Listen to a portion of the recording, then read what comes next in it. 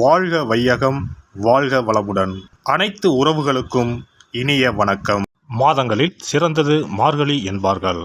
அந்த மார்கழி மாதம் விரைவில் பிறக்க உள்ளது. 2025ஆம் ஆண்டின் இறுதியும் 2026ஆம் ஆண்டின் தொடக்கமும் ஆக இரு முக்கிய நிகழ்வுகள் இந்த மார்கழி மாதத்தில் நிகழ உள்ளது. நிகழும் மங்களகரமான விசுவாசு ஆண்டு டிசம்பர் மாதம் 16ஆம் நாள் செவ்வாய்க்கிழமை அன்று துவாதசி திதியில் சுவாதி நட்சத்திரத்தில் அதிகண்டம் நாமயோகத்தில் கௌளவம் கர்ணத்தில் சித்தயோகம் கூடிய நன்னாளில் இந்த மகத்தான மார்கழி மாதம் பிறக்கிறது. மார்கழியை தெய்வங்களின் மாதம் என்பார்கள். அந்த அளவுக்கு ஆன்மீக ரீதியாக முக்கியத்துவம் பெற்றது. இம்மாதத்தில் கிரக நிலைகளில் பல்வேறு மாற்றங்கள், சில முக்கிய நிகழ்வுகள் நடைபெற உள்ளன. இது 12 ராசிகளிலும் தாக்கத்தை ஏற்படுத்தும். மார்கழி மாதம் டிசம்பர் மாதம் 16ஆம் தேதி தொடங்கி ஜனவரி மாதம் 14ஆம் தேதி வரை உள்ளது. இம்மாத கிரகநிலை என எடுத்துக்கொண்டால் குரு பகவான் மிதுன ராசியில் வக்ரகதியில் உள்ளார். கேது பகவான் சிம்ம ராசியில் உள்ளார். புதன் மற்றும் சுக்கிர பகவான் விருச்சிக ராசியிலும், சூரியன் மற்றும் செவ்வாய் பகவான் தனுசு ராசியிலும் உள்ளார்கள்.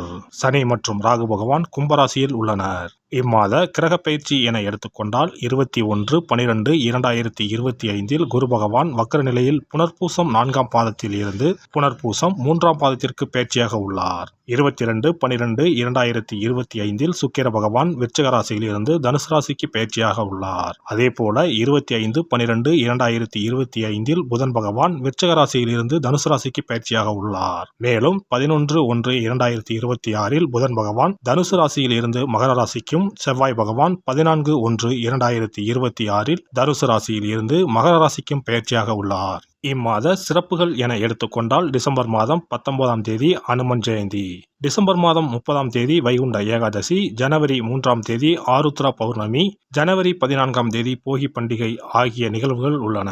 பொதுவாகவே மார்கழி மாதம் முழுவதுமே விசேஷம்தான். இந்த வருடம் வரும் மார்கழி கூடுதல் முக்கியத்துவம் பெறுகிறது.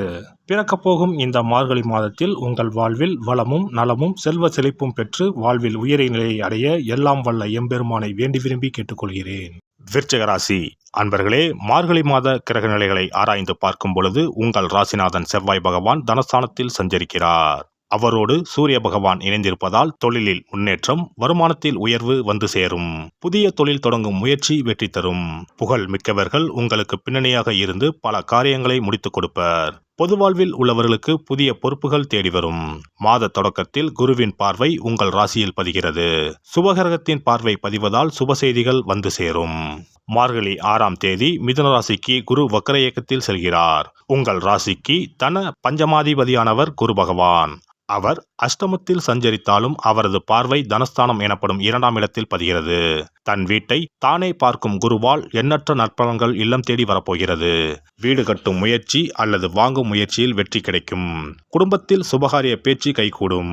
உறவினர் பகை அகலும். கொடுக்கல் வாங்கலில் லாபம் உண்டு. குரு பார்க்கும் இடத்திற்கு பலன் அதிகம் என்பதால் குரு பார்க்க கோடி நன்மை என்பார்கள்.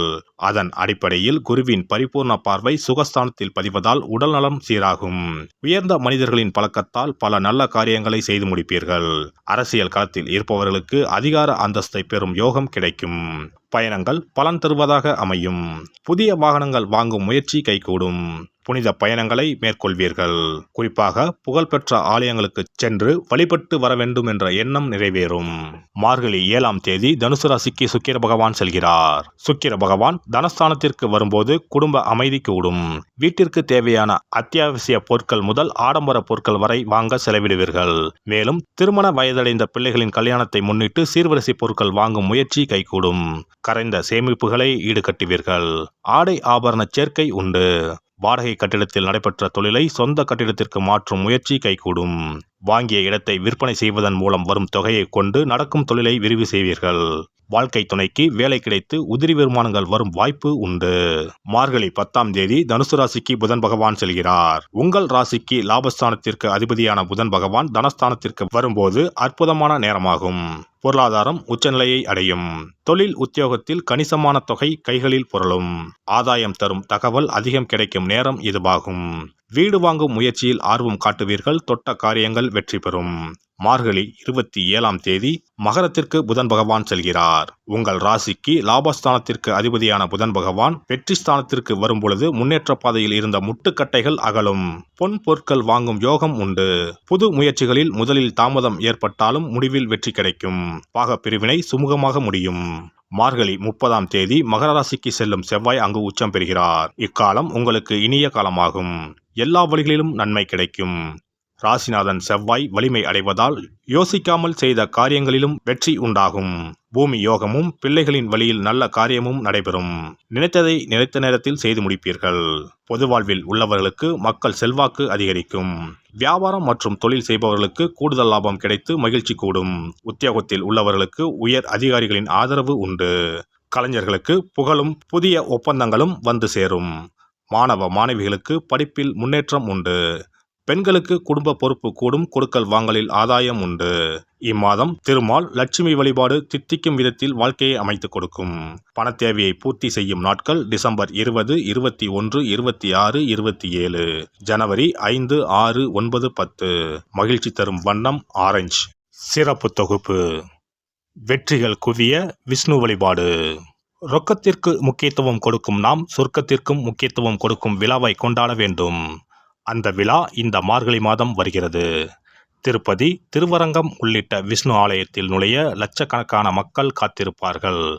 அதேபோல திருக்கோஷ்டியூர், உப்பிலியப்பன் கோவில், திருமோகூர் போன்ற உலகத்தில் உள்ள சகல விஷ்ணு ஆலயங்களிலும் ஏகாதசி விழா உற்சவம் சீரும் சிறப்புமாக நடைபெறும். இந்த கண்கொள்ளா காட்சியை கண்டு மகிழ்ந்தால் பொன்னும் பொருளும் போற்றுகின்ற செல்வாக்கு இன்னும் உயரும். மாதங்களில் புனிதமானதாகவும் தேவர்கள் துயில் எழும் மாதமாகவும் கருதப்படும் மார்கழி மாதத்தில் நாம் விஷ்ணுவை வழங்கினால் விருப்பங்கள் அனைத்தும் நிறைவேறும். அதனால்தான் மாதங்களில் நான் மார்கழி என்று கண்ணன் சொல்லியதாக சொல்வார்கள். இம்மாதம் 15ஆம் தேதி அதாவது 30/12/2025 செவ்வாய்க்கிழமை வைகுண்ட ஏகாதசி வருகிறது. அங்கனம் வைகுண்ட ஏகாதசி வரும்பொழுது சொர்க்க வாசலை திறப்பார்கள். ஆண்டு முழுவதும் அடைத்திருக்கும் கதவு அன்று மட்டும்தான் திறந்து வைக்கப்படும். அந்த சொர்க்க வாசலின் வழியாக நாம் நுழைந்து வந்தால் சிக்கல்கள் தீரும், செல்வ வளம் பெருகும். ஏகாதசி அன்று இல்லத்து பூஜை அறையில் விஷ்ணு லட்சுமி படம் வைத்து வழிபட வேண்டும். அவள் வெல்லம் கலந்து நைவேத்தியம் வைத்து சாப்பிடலாம். முழு விரதம் இருக்க முடியாதவர்கள் மதியமும் இரவும் பலகாரம் செய்து சாப்பிடலாம். அன்று இரவு முழுவதும் கண் விழித்திருக்கும் பொழுது இறை தியானத்தையே மேற்கொள்ள வேண்டும்.